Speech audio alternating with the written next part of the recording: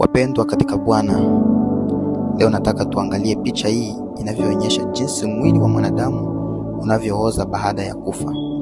Baada ya siku 3, siku 7, siku 30, miezi na miaka, mwili hurudi mavumbini.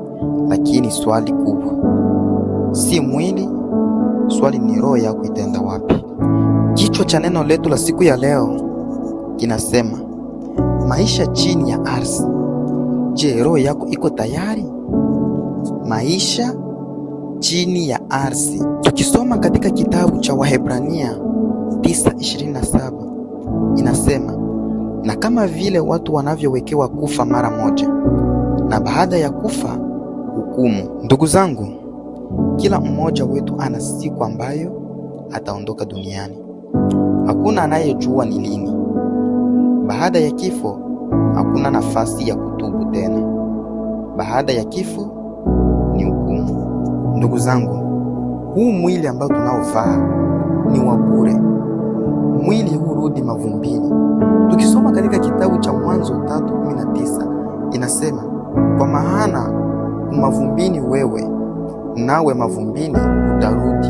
Mungu alituambia tangu mwanzo kwamba mwili huu ni wa muda tu. Baada ya siku 3 mwili huanza kubadilika. Baada ya siku 7 huendelea kuoza. Baada ya mwezi mmoja mwili hubadilika zaidi. Baada ya mwaka mmoja au zaidi hubadilika mifupa. Baada ya miaka mingi hata mifupa inaweza kuvunjika na kurudi ardhini, yani udongoni. Inageuka kabisa na kuwa udongo. Haitajulikana kwamba ilikuwa ni mifupa. Ndio maana hii mwili ya udongo ni ya bure.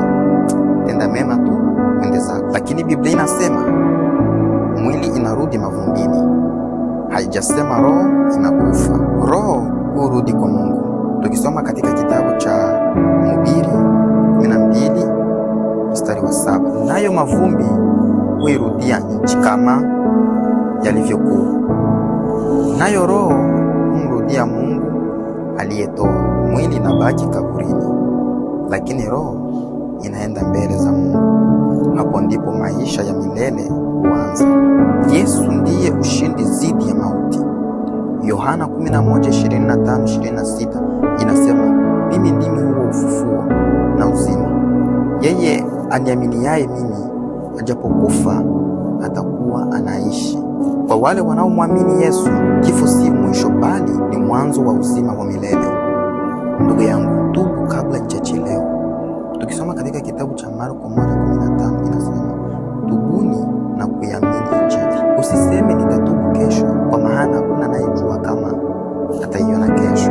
Maisha ya dunia ni mafupi. Tukisoma katika kitabu cha Yakobo 4:14 inasema, maana uhai wenu ni nini?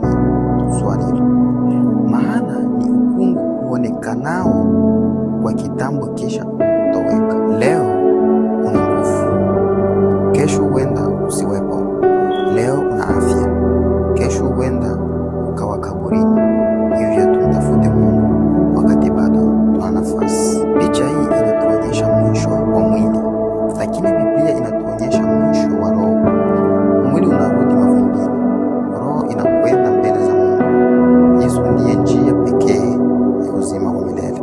Tukisoma katika Yohana 14:6 inasema, mimi ndimi njia na kweli na uzima. Mtu haji kwa Baba ila kwa njia ya mimi. Ndugu yangu, nina swali kwa ajili yako. Kama ungefariki leo, una uhakika kwamba utaenda mbinguni? Je, umempokea Yesu Kristo kuwa Bwana na Mwokozi wa maisha yako? Leo ndio siku ya wokovu, usingoje kesho. Bwana Yesu, ninakuja mbele zako nikiwa mwenye dhambi. Nisamehe dhambi zangu zote. Ninaamini ulikufa kwa ajili yangu na ulifufuka kwa ajili ya wokovu wangu. Leo nakupokea uwe Bwana na Mwokozi wa maisha yangu. Niongoze katika njia zako mpaka mwisho wa maisha yangu.